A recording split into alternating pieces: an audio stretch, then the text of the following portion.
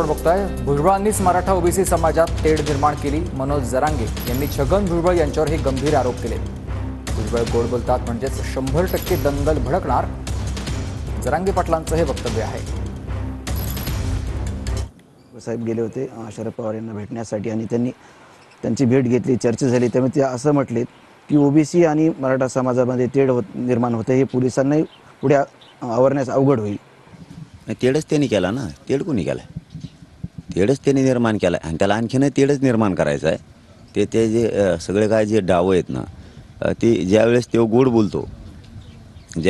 बोलतो आणि सांगतो की मला शांतता पाहिजे, अमुक पाहिजे, तमुक पाहिजे, स्फोटक वातावरण झालं आहे, हे जे असे शब्द वापरतो नाही स्फोटक, असे त्यावेळेस 100% तो दंगल घडवणार.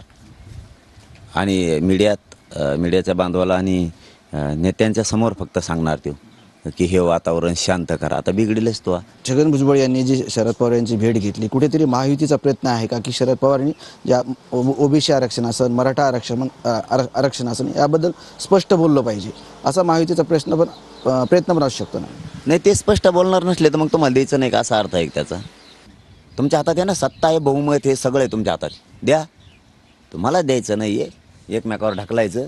आणि ती सवय आहे पहिल्यापासूनची ढकलणं, आणि हे आहारी गेले छगन भुजबळांचे. प्रकाश आंबेडकर साहेब आहेत, ते असे म्हटलेत की जरांगे पाटील यांनी उपोषण करण्यापेक्षा ज्या 288 जागा आहेत त्या लढवल्या पाहिजे. ठरवू आम्ही. कॅमेरामन हर्षद निकमसह संजय सरोदे, TV9 मराठी, अंतर्वाली, सराटी, जालना.